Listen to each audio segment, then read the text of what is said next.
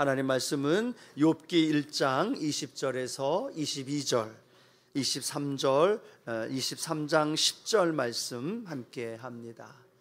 욥기 1장 20절 22절 먼저 합독하겠습니다. 욥이 일어나 겉옷을 찢고 머리털을 밀고 땅에 엎드려 예배하여 이르되 내가 모태에서 알몸으로 나와 싸운즉 또한 알몸이 그리로 돌아가올지라. 주신 이도 야훼시오 거두신 이도 야훼시오니 야훼의 이름이 찬송을 받으실지니이다 하고, 이 모든 일에 욥이 범죄하지 아니하고 하나님을 향하여 원망하지 아니하니라. 그러나 내가 가는 길을 그가 아시나니 그가 나를 단련하신 후에는 내가 순금같이 되어 나오리라. 아멘. 네, 오늘 본문 말씀 가지고요, 욥 우리들의 이야기라는 제목으로 함께 하나님 말씀 나눕니다. 함께 고백할까요? 욥 우리들의 이야기. 욥의 이야기가 아니라 저와 여러분의 이야기이고, 또 욥이 만난 하나님이 또 저와 여러분의 하나님이시고, 또 그 삶에 욥에게 부어주신 은혜와 복이 저와 여러분의 삶 가운데도 함께 하실 줄로 믿습니다. 말씀을 읽으면서 은혜 받는 여러 방법 중에 하나가 욥의 이야기가 아니라 내 이야기다. 성경에 나오는 사건과 인물들의 삶이 내 삶과 함께 이렇게 연결시키면 더 은혜가 되고 더 마음속에 감동이 있게 될 줄로 믿습니다. 그런 마음으로요, 욥 우리들의 이야기 함께 나눌 텐데요, 지금까지 창세기부터 모세오경까지, 그리고 여호수아에서부터 에스더까지 우리가 말씀을, 구약 성경을 전체 이렇게 쭉 한 권 한 권씩 말씀의 가장 중요한 부분을 함께 나눴던 것 기억하시리라 생각합니다. 모세오경은 이스라엘 백성들의 그 모세오경의 율법과 함께 그들을 가나안 땅으로 인도하는 과정, 그리고 가나안 땅에 들어가서부터는 여호수아와 또 사사시대, 그리고 그들이 왕을 원했기 때문에 하나님이 그들에게 사무엘 선지자를 통해 사울 왕을 하나님이 기름 부어 주셨고, 그래서 왕정 정치로 진행이 되면서 이스라엘 민족이 하나님 민족 안에 살다가, 은혜 안에 살다가 나라가 어떻게 돼요? 분열이 되죠. 남유다와 북이스라엘로. 그리고 남유다와 북이스라엘이 하나님의 심판 속에서 아수르와 바벨론 나라의 멸망을 당하게 됩니다.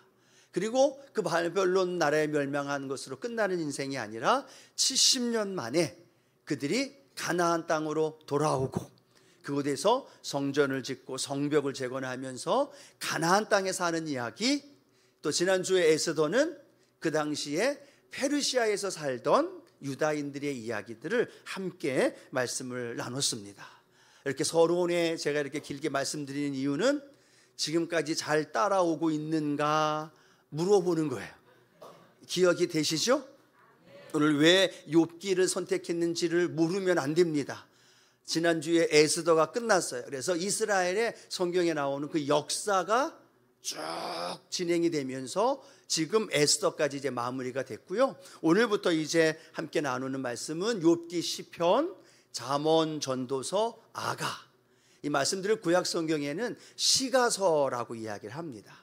즉 이 시가서는 이스라엘의 역사 안에 담겨져 있는 개개인의 삶에 어떻게 하나님이 역사하셨는가, 어떤 사람은 고난 중에, 어떤 사람은 형통한 속에 하나님이 어떻게 그들을 축복하셨고 그들의 개인의 삶을 인도해 주셨는가를 이 욥기부터 아가까지 시가서를 통해서 우리에게 설명해 주는데요, 오늘 이렇게 우리가 5권을 함께 나누면서 바라기는 저와 여러분의 삶의 현장에 하나님이 살아 계시고, 힘들 때나 절망일 때나 기쁠 때나 슬플 때나 나와 함께 하시고, 그 은혜를 이번 시가서를 함께 나누면서 여러분이 경험할 수 있는 그런 축복이 함께하기를 소원합니다. 그래서 여러분이 욥기, 시편, 잠언, 전도서, 아가를 함께 읽을 때는 이 생각을 꼭 머리에 넣고 하나님 말씀을 나누면 좋은데요, 오늘 첫 번째 성경으로 욥기를 나눕니다. 이 욥이 개인적인 인생에 하나님이 어떻게 하셨는가, 이유 알 수 없는 고난 앞에 욥이 어떤 자세로 그 고난을 맞이하는가, 또 친구들이 위로해 주러 왔는데 정말로 위로가 되었는가, 그 어려운 절망과 고난 속에서 하나님을 만나게 되고, 고난이 고난으로 끝나는 것이 아니라 고난이 축복이 되고, 그 고난을 통해 하나님을 귀로만 듣는 하나님이 아니라 눈으로 보게 되는 하나님. 이게 욥의 이야기가 아니라 오늘 저의 이야기, 할렐루야, 또 여러분의 이야기, 우리들의 이야기가 되어줘서 삶의 자리에 하나님이 함께 하심을 경험하는 복된 시간 되기를 축복합니다.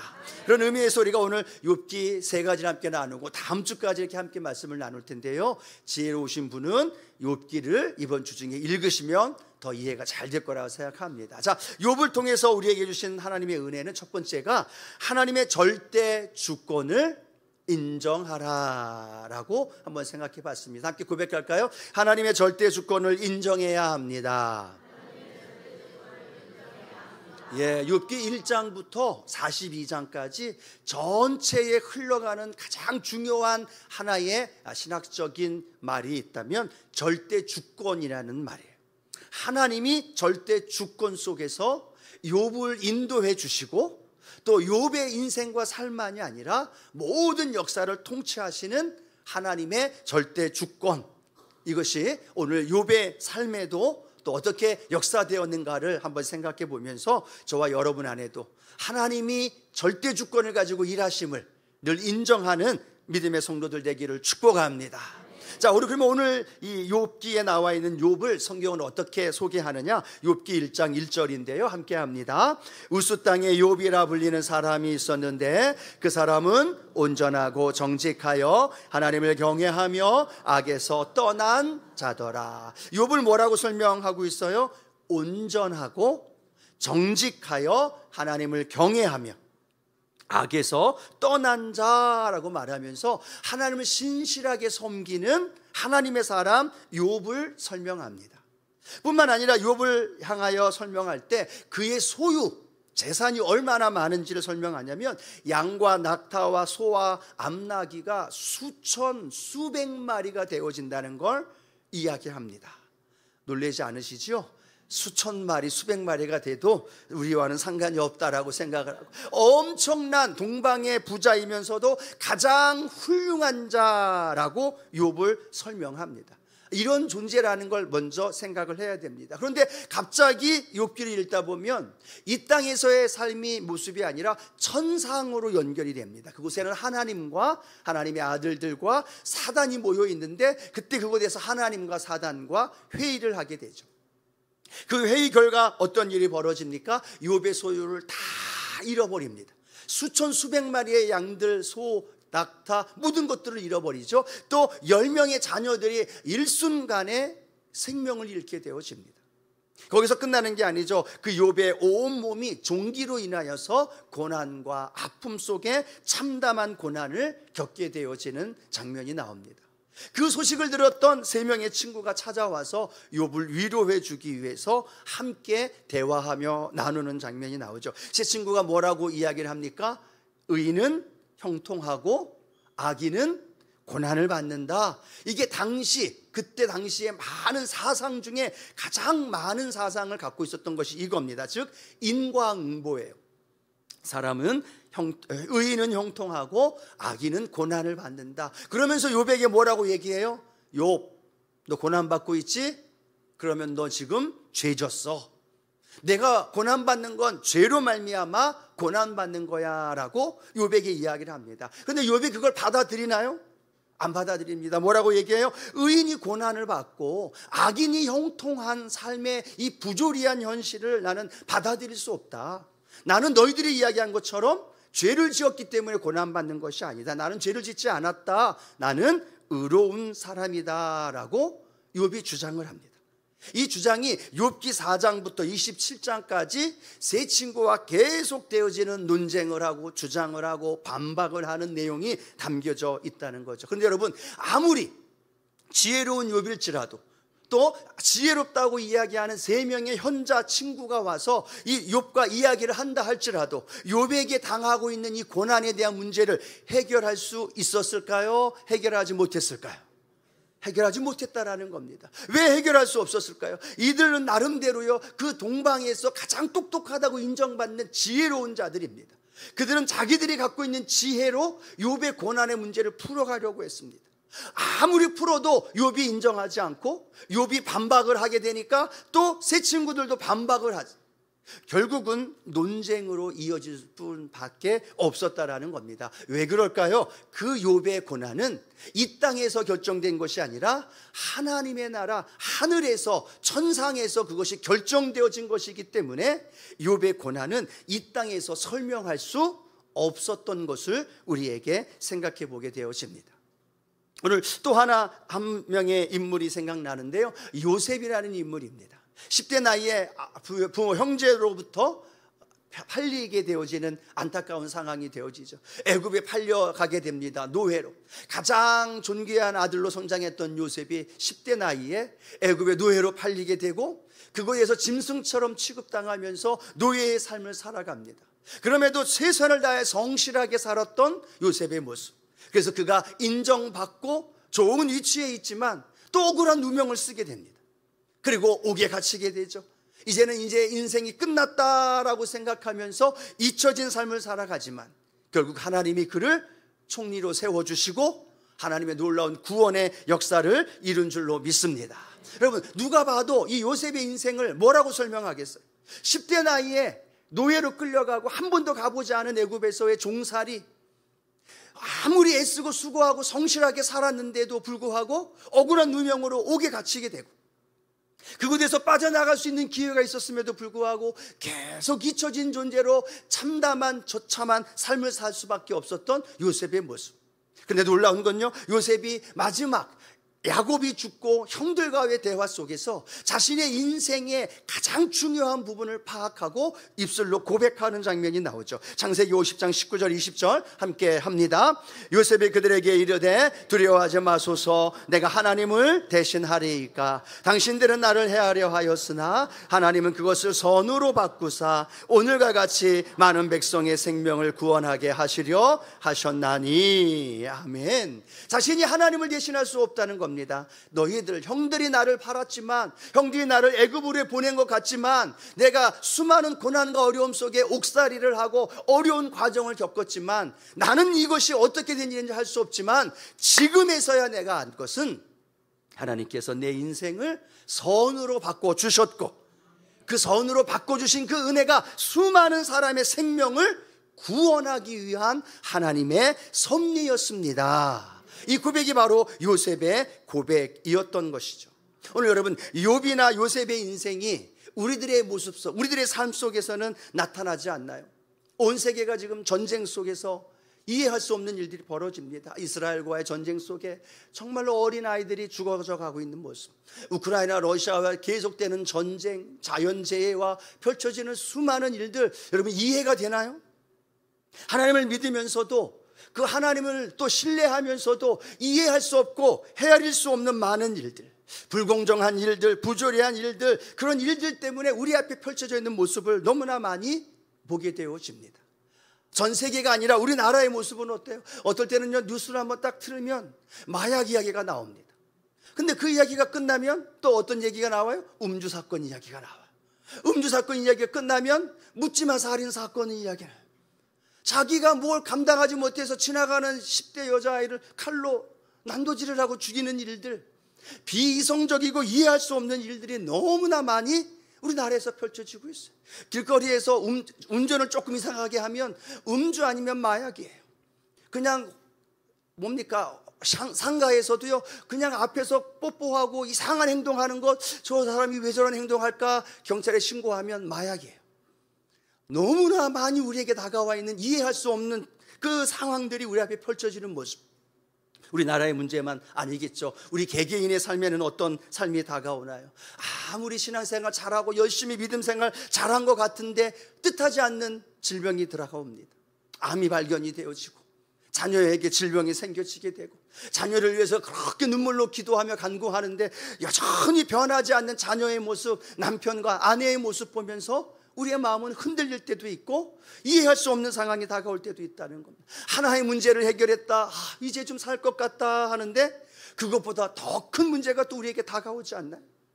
삶의 인생이 이 욥과 같은 인생이 우리의 삶의 현장에도 동일하게 개인에게만이 아니라 나라 안에도 온 세계 열방 안에 펼쳐지고 있는 이러한 모습 속에서 우리가 붙들고 생각해야 할 것이 있다면, 하나님 이해할 수 없습니다, 하나님 이건 도저히 용납할 수 없습니다, 하나님 도대체 이거는 왜 하나님 침묵하시나요? 라고 하나님 앞에 항거하면서 흔들리며 주저앉아 있는 것이 아니라, 오늘 욥처럼 하나님께서 그 모든 인류 역사를 통치하시고 다스리고 계심을 오늘 우리가 인정할 수 있는 저와 여러분이 되어지기를 주님의 이름으로 축복합니다. 이해할 수 없는 일 때문에 주저앉아 있는 것이 아니라, 납득할 수 없고 해결되지 않은 문제 때문에 주저앉아 눈물 흘리며 아파하면서 포기하는 것이 아니라, 오늘 욥처럼 하나님 욥기 1장 21절 그의 고백이 오늘 우리의 고백이 되기를 원하는 마음으로 함께 봉독합니다.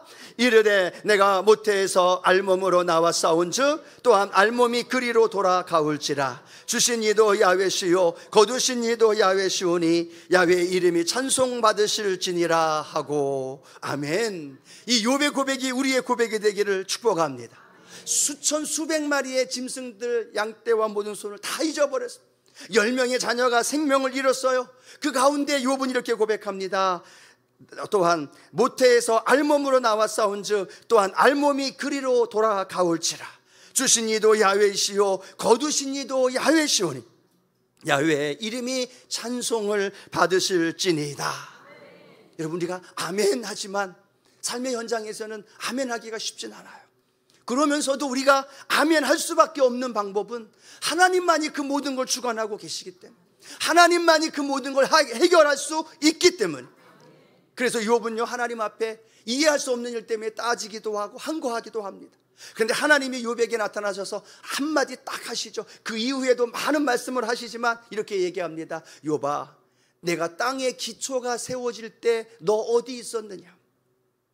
땅의 기초가 세워질 때 어디 있었느냐, 그 질문 하나가 욥을 아무 말 못하게 합니다. 네, 하나님이 다스리고 하나님이 통치하시고 하나님이 주관하시는군요 라고 자신의 한계를 고백하면서 하나님의 절대 주권을 고백할 수밖에 없는 욥의 고백, 오늘 저와 여러분의 고백이 되어지기를 축복합니다. 하나님은 가장 선하시고 가장 우리를 잘 아시고 가장 지혜로우시고 가장 전능하신 하나님이시기에 역사 속에서 하나님의 주권 속에서 인도해 주신다는 것, 그건 전 역사만이 아니라 우리 나라 민족, 우리 교회, 우리 개인에게도 그 일들이 이루어지는 것을 고백하면서 욥의 고백이죠. 욥기 23장 10절 함께 고백합니다. 그러나 내가 가는 길을 그가 아시나니 그가 나를 단련하신 후에는 내가 순금같이 되어 나오리라. 아멘. 네, 하나님, 이해할 수 없는 일이지만 내가 가는 길 오직 하나님만이 아십니다. 해결되지 않는 이 상황 답답하고 미치겠지만 그래도 하나님만이 아시고 하나님만이 하실 수 있습니다. 그렇게 고백하면서 하나님께 붙들며 걸어가는 우리 순복음의 성도님들 되기를 축복합니다. 왜냐하면요, 그런 전 역사 속에서 주권적으로 역사하시지만 두 번째 우리가 기억해야 할 것은 저와 여러분의 인생을 감찰하시는 하나님이시기 때문에, 그 하나님이 오늘도 저와 여러분을 보시고 함께 하신다는 거죠. 자, 욥기 1장 8절에 보면 욥에 대하여 하나님 이렇게 말씀하죠. 함께 합니다. 야훼께서 사탄에게 이르시되 내가 내 종 욥을 주의하여 보았느냐? 그와 같이 온전하고 정직하여 하나님을 경외하며 악에서 떠난 자는 세상에 없느니라. 하나님이 욥을 너무너무 잘 아는 거예요. 정직하고 온전하고 하나님을 경외하고 악에서 떠난 자, 늘 하나님을 중심으로 섬기며 하나님 앞에 걸어가는 욥의 모습을 하나님이 너무너무 잘 알고 있다는 거예요. 무엇을 의미할까요? 그의 인생을 감찰하고 계시다는 거예요. 그의 인생을 보고 계시다는 거예요. 힘들고 어려울 때에도, 부요와 형통한 삶을 살아갈 때에도, 하나님 앞에 나와 예배하며 제사할 때에도 하나님은 욥을 주목하고 계시고 하나님은 욥을 감찰하고 계시고 그 삶 가운데 동행하시는 전능하신 하나님이신 줄로 믿습니다. 그건 뭘 의미할까요? 욥만이 아니라 하나님이 저와 여러분의 우리 삶의 인생도 감찰하고 계시다는 거예요. 저와 여러분의 삶의 현장도 보고 계시다는 거예요. 그래서 욥기 34장 21절은 이렇게 고백합니다. 함께 합니다. 그는 사람의 길을 주목하시며 사람의 모든 걸음을 감찰하시나니.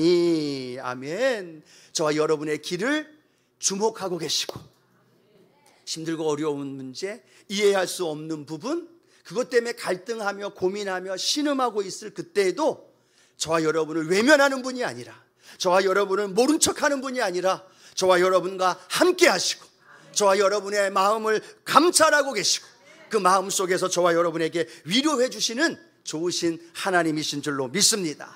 여기서 이 감찰하다라는 말은요, 일반적으로 이렇게 보다라는 개념보다 더 깊은 의미를 갖고 있어요. 그것은 자세히 살피면서 그 본질까지 파악한다는 의미를 갖고 있어요. 즉 오늘 하나님이 여기에 계시면서, 우리와 함께 계시면서 저와 여러분을 감찰하고 계시는 것 믿으시면 아멘.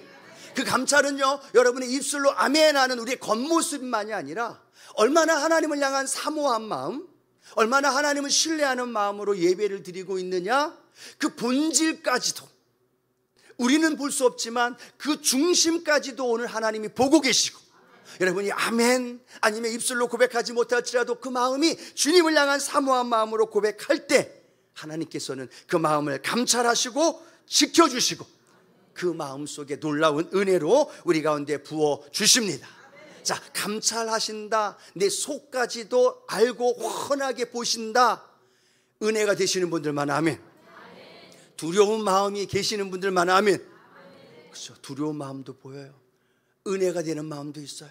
하나님 앞에 숨길 수 없는 마음, 그건 내가 어떻게 살아야 할지를 우리에게 자세히 보여주고 있다는 겁니다. 사람은 속일 수 있지만 하나님은 못 속이기 때문에, 이 자리에 앉아있는 것 같고 하나님 잘 믿는 것 같지만 하나님은 그 중심을 보고 계시다는 거예요. 그 중심을 보시는 하나님은 우리의 삶 가운데 어떻게 행하시느냐? 역대하 16장 9절에는 이렇게 고백합니다.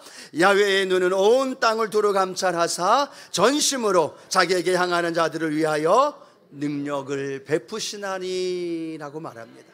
하나님 저와 여러분을 감찰하시는 이유가 뭘까요? 뭐 순종하지 않으면 혼내려고? 주일 교회 나오지 않으면 하나님께서 여러분에게 징계하시고 심판하시려고? 아니요.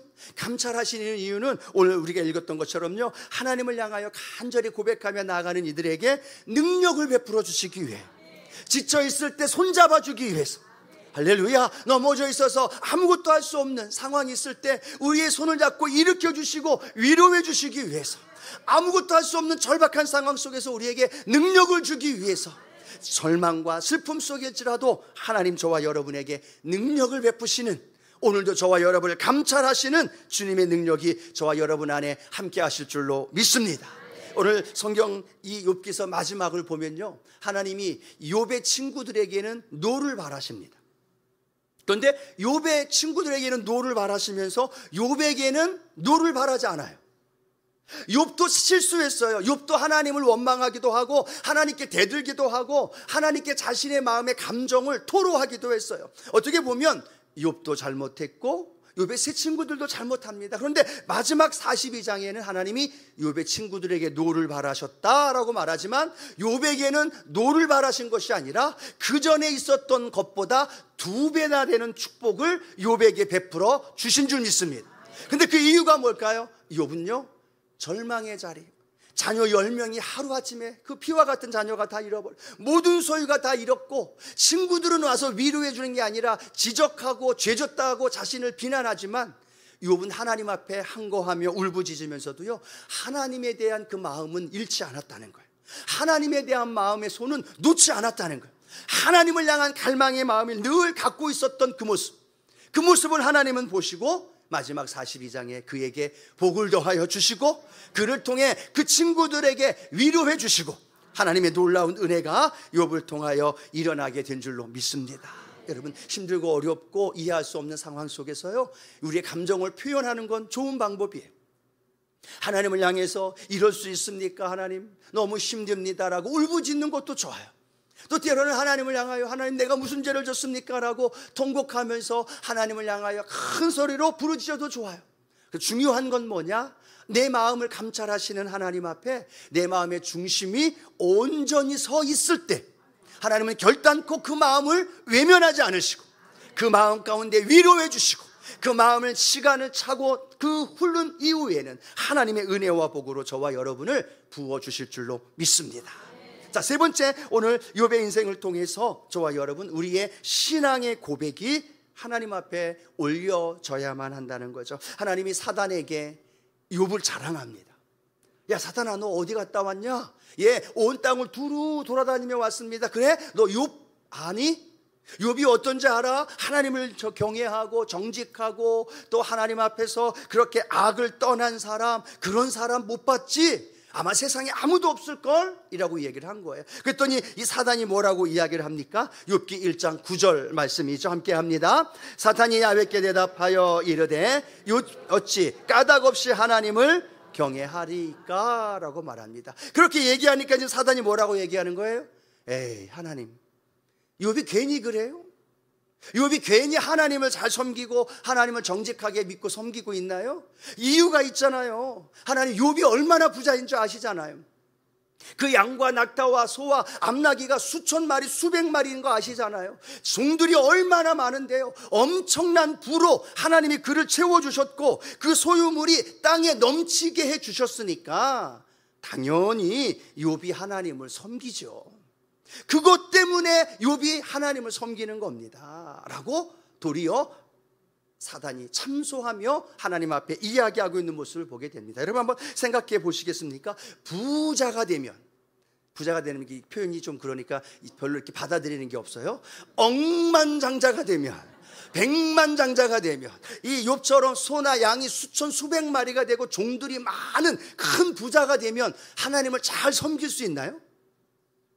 한번 생각해 보시겠습니까? 온 세계에 백만장자, 억만장자, 그것만 안 해도 그냥 뭐 현금으로 뭐 몇 억을 갖고 있다 하면 그 사람들이 하나님을 섬기는 일에 열심을 다하며 섬기는 것 여러분 혹시 보셨습니까?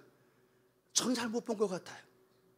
부자이면 부자일수록 더 많은 부와 더 형통과 더 많은 걸 누리려고 더 애지중지하면서 살아가면서 하나님보다는 하나님께 아쉬워하는 게 없고 하나님 앞에 부족한 것이 없다 보니까 하나님께 나아가기보다는 자기의 노하우를 믿고 자기 돈을 믿고 자기 상황을 믿고 하나님께 나아가지 않는 모습들을 우리는 현실 속에 너무나 많이 보고 있는 모습을 보게 되어집니다. 오죽하면 주님 뭐라고 얘기했어요? 부자가 천국에 들어가는 일이 낙타가 바늘기로 들어가는 것보다 쉬워요, 어려워요?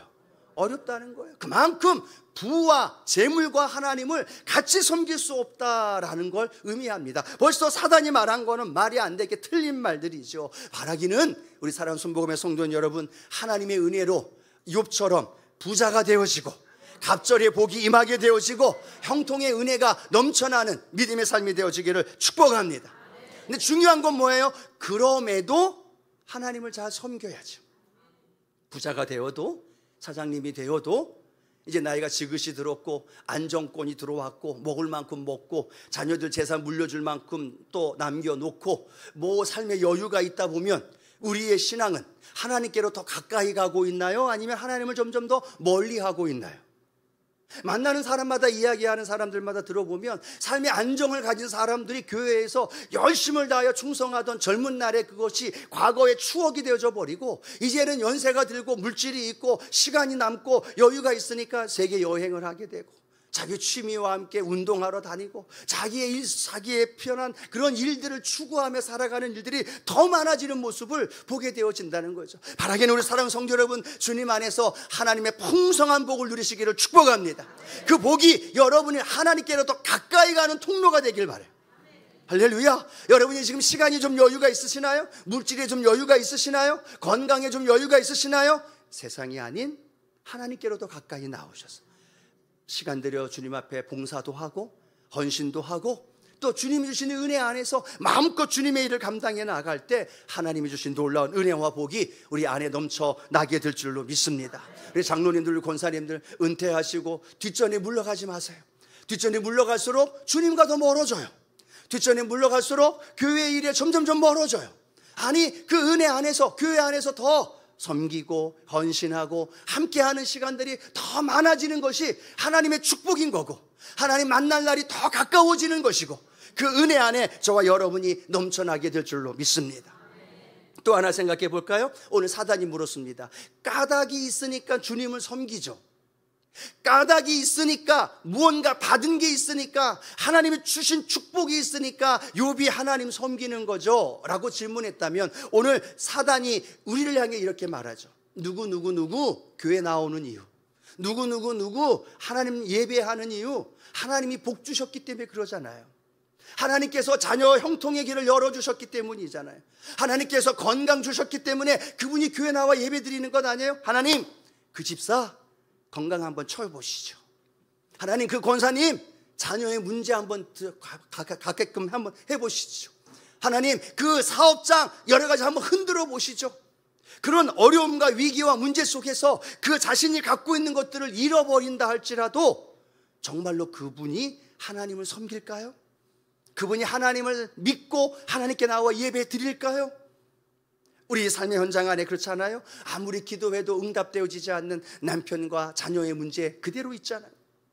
열심을 다하여 기도해도 질병 때문에 아파하며 해결되어지지 않는 질병으로 고통과 신음하고 있는 모습 우리 알잖아요. 물질적인 어려움 때문에 계속 압박이 들어오는데 해결되어지지 않았어. 이것 막으면 저것이, 또 저것 막으면 이것이, 그런 어려움이 우리 앞에 있지 않아요?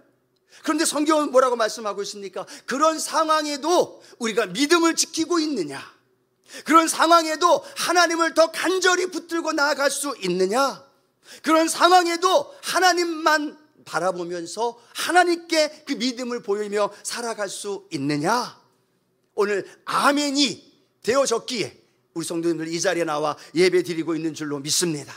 누가 무엇을 얻었기 때문이 아니라, 내가 가지고 있는 것 그것이 없어진다 할지라도, 잃어버린다 할지라도, 응답이 되지 않는다 할지라도, 그것이 더디게 내 삶에 해결되어진다 할지라도 나는 그 하나님 믿는 믿음 잃지 않겠습니다.